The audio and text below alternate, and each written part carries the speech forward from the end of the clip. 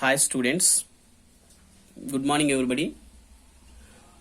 Welcome to my channel. After a long time, we come back to our studio. So in today's video, we are going to continue with our named reactions, which we have previously discussed in the previous video. So in today's video, we are going to discuss about carbyl amine reaction and diazotization reaction. So these two reactions are the properties of amines. These two are the properties of amines. So what are amines? What is the general formula of amines? So the general formula of amines is RNH2. So this is the general formula of amines. So here in place of R, if you take any alkyl group, means CH3NH2 or C2H5NH2. So you can take any one of alkyl group, methyl group, ethyl group, propyl, like this. So these are all amines. If you take any aromatic ring in place of R, this is also amine. This is also amine. But these are the aliphatic amines. These are the aliphatic amines. And this is the aromatic amine. This is aromatic amine. So this is called aniline. The name of this compound is aniline. So these two are the aliphatic amines. This is methylamine. This is ethylamine. You know very well, methylamine and ethylamine. So these are the aliphatic amines and these are the aromatic amines, and both are the primary amines. So all these are the primary amines.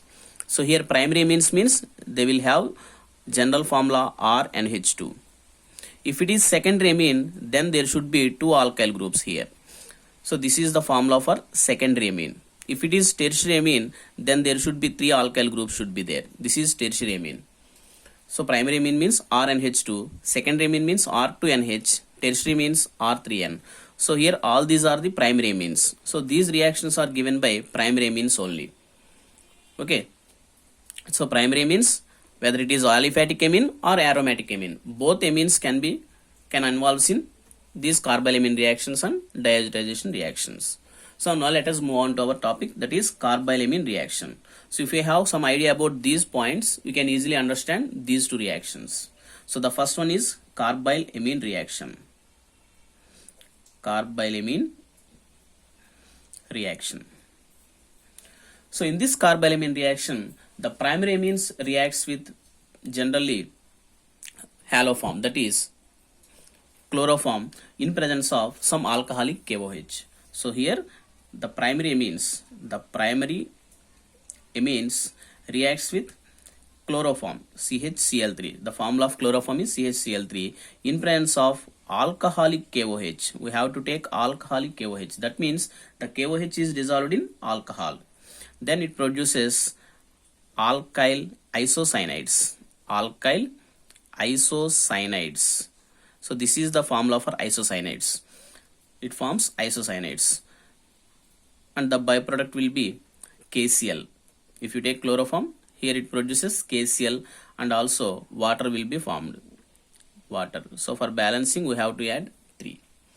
So this is the carbylamine reaction. So generally isocyanates are called as carbylamines. In IUPAC system, isocyanates are called as carbylamines. So in this reaction, carbylamines are formed. That's why this reaction is called carbylamine reaction. Okay, isocyanate is nothing but carbylamine. So primary amines reacts with chloroform in presence of alcoholic KOH to produce isocyanates.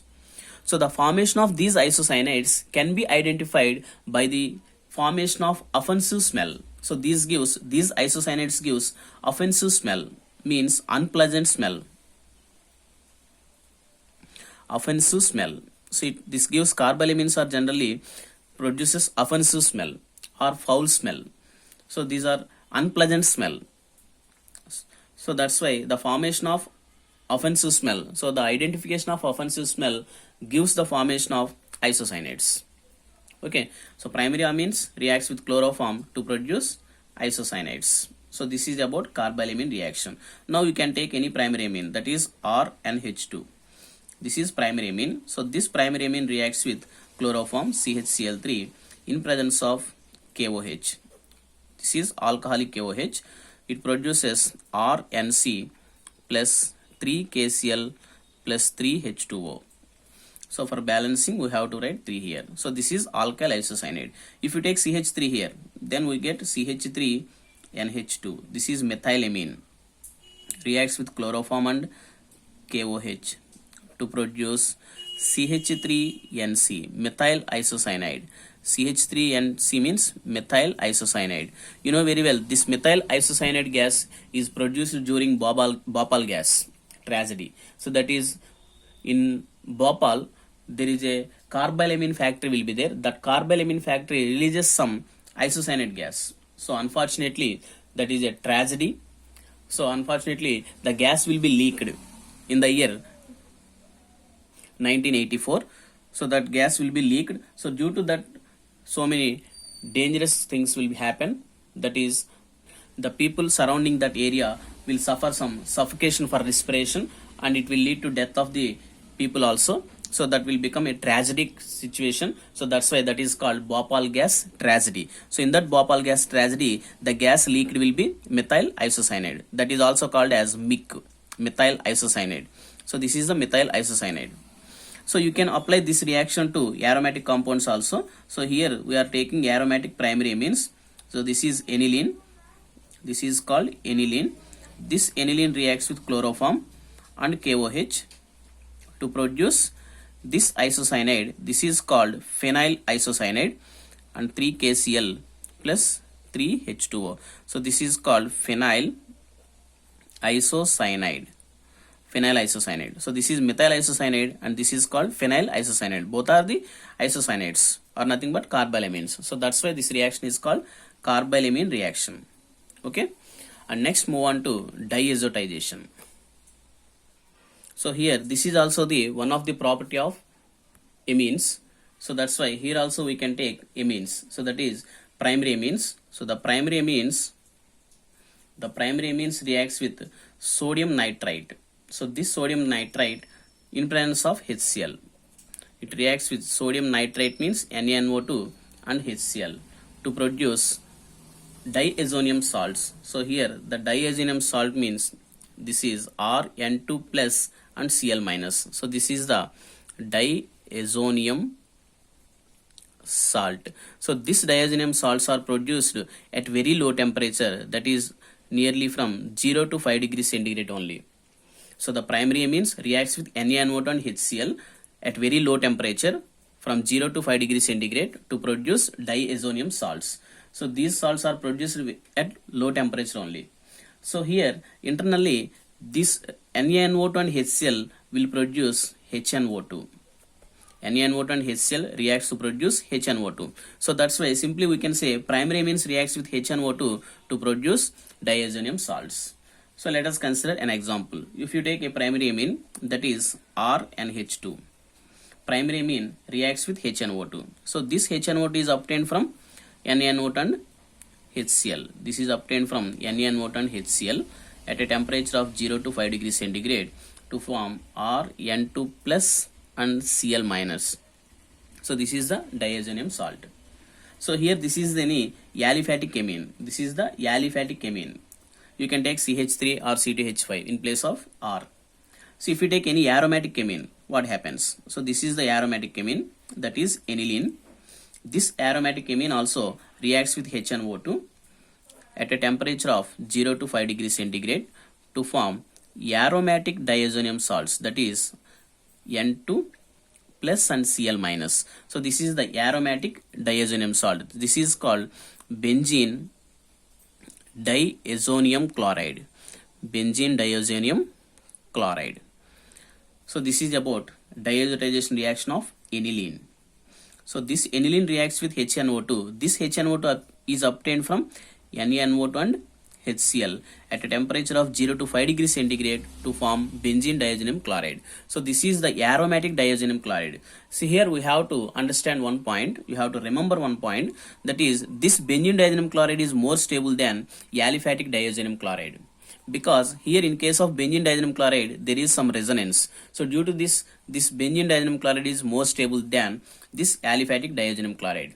So this aliphatic diazonium chloride, by the increasing a less amount of temperature, so by the addition of small amount of any temperature, then this will dissociates to form produce N2 gas. So here N2 gas will be liberated. That's why this is somewhat unstable than aromatic diazonium salt. Okay, so this is about diazotization, and one more reaction is there which is continuation to this diazotization reaction, that is azo coupling reaction. So which is continuation to diazotization reaction. So that's why we are explaining this one in continuation with the diazotization reaction. So this is also called as azodie reaction. Since it forms an azodie. Dye means which impart color to the substance. So a dye is formed in the course of this reaction. So that's why it is called azodie reaction. So here the benzene diazoxide chloride reacts with any organic compound, that is phenol or aniline. So here we have to take benzene diazonium chloride. So this is the benzene diazonium chloride, N2 plus and Cl minus. So this will reacts with phenol. Here we are taking phenol. This is phenol. Benzene diazonium chloride reacts with phenol in presence of a base which produces OH minus ions to form a coupling product. So this is the coupling product like this. So this is the azobenzene. So for this azobenzene, here OH is there. So this is OH. So it is called para-hydroxy